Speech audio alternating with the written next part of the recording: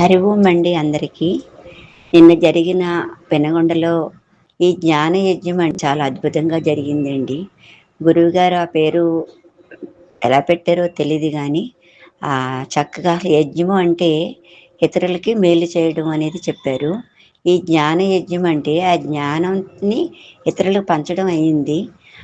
అందరం కలిపి చదివిన ఆ భగవద్గీత పారాయణం, సుందరాకాండ చాలా చక్కగా ప్రతి ఒక్కళ్ళు మిస్టేక్స్ లేకుండా చదవగలిగారు.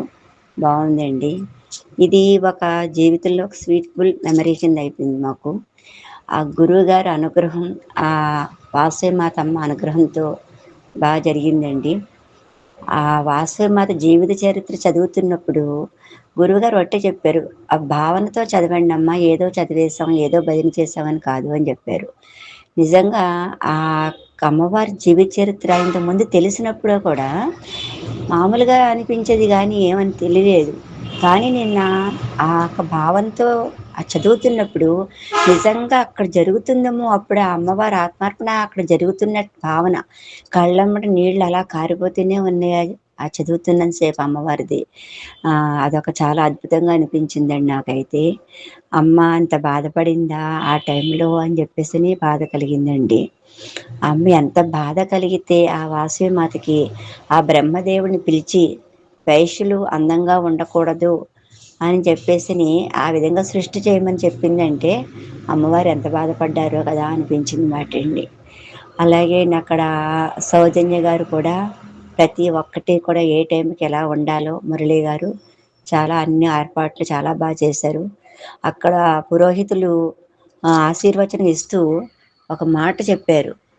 అది చాలా చెప్పాలంటే ఒక ఆణిముత్యం అనమాట అండి ఆ మాట. భగవద్గీత అనేది చనిపోయినప్పుడు కాదు చదివేది, ఎలా బ్రతకాలో నేర్పించేది భగవద్గీత అని చెప్పారు. ఆ భగవద్గీత ఎలాగంటే ఏ మనిషి ఏ డిప్రెషన్లో ఉన్నా కూడా ఆ మనిషిని బయటకు తీసుకురాగల కెపాసిటీ ఉన్న శాస్త్రం అది, గ్రంథం. అది మామూలుగా కులాలకి మతాలకి అతీతమైన గ్రంథం అది. ఎలా బ్రతకాలి, ఏ ఏ బాధలో ఉన్నా ఏ డిప్రెషన్లో ఉన్నవాళ్ళు కూడా దాని యొక్క సారాంశం సరిగ్గా అర్థం చేసుకుంటే ప్రతి ఒక్కళ్ళు ఉన్నతమైన స్థితికి చేరగలరు. ఆయన అదే చెప్పారు, ఆ మాట చెప్పారు. అప్పుడు గురువుగారు అంతకుముందు ఎన్నోసార్లు చెప్పారు, కానీ ఈ రోజున వేదిక మీద మళ్ళీ ఆయన మేము భగవద్గీత చదివిన వెంటనే ఆ మాట చెప్పగానే నాకు చాలా ఆనందం వేసిందండి.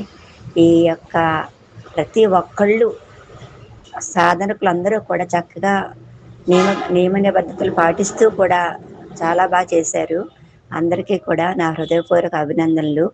గురువు గారికి అయితే శతకోటి అభినందనలు. ప్రతి నిమిషము కూడా మా గురించి ఎంతో ప్రేమతోటి, మేము ఉన్నతమైన స్థితికి చేరాలని భావనతోటి మా గురించి తప్పిస్తూ ఉంటారు. అటువంటి గురువుగారు మాకు లభించడం మాకు అదృష్టం. ఆ భగవంతుడు ఇచ్చిన ఒక పెద్ద గిఫ్ట్ మాకు గురువుగారు ఇవ్వడం. ఆమె సహచర్యంలో మేము ఉన్నతమైన స్థితికి చేరుకుంటామని నాకు చాలా నమ్మకం ఏర్పడిందండి. ఎప్పుడూ కూడా ఆవిడని వదలాలనుకోవట్లేదు.